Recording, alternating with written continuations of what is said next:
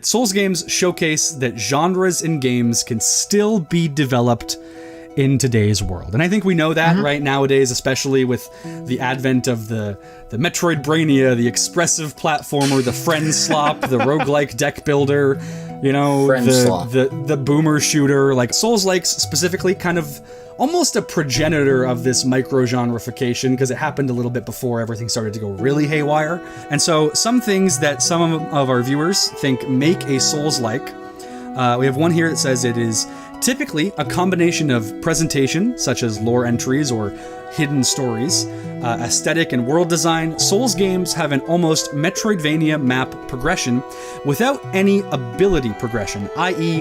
interconnected maps locked behind elevators, locked doors, ledges, ladders. Yeah, it's all like physical location based and modes of rather than ability based, etc. Yeah. Which is certainly very, very interesting, right? Like obviously a game like Hollow Knight kind of takes that and says, well, what happens if we do make the progression tied to abilities? What if we do say, okay, there are areas you can only get when you get the dash, or when you get the double jump, or when you get the glide, and all of these things. And it makes for one of the best video game experiences that I've ever had.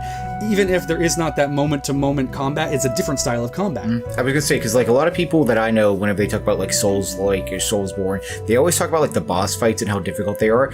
I feel like for Hollow Knight, because Hollow Knight does have those difficult bosses, I feel like the platforming itself is a boss, which makes it more like a Souls-like in my opinion, because you have to be good at the platforming, and that in and of itself is kind of a boss whenever you like really break it down in a way, because even like seasoned platform junkies have difficulty in those games. So it's not just a Metroidvania, but I think like the difficulty with going through these like level designs and traverse and what have you, I think that kind of adds to its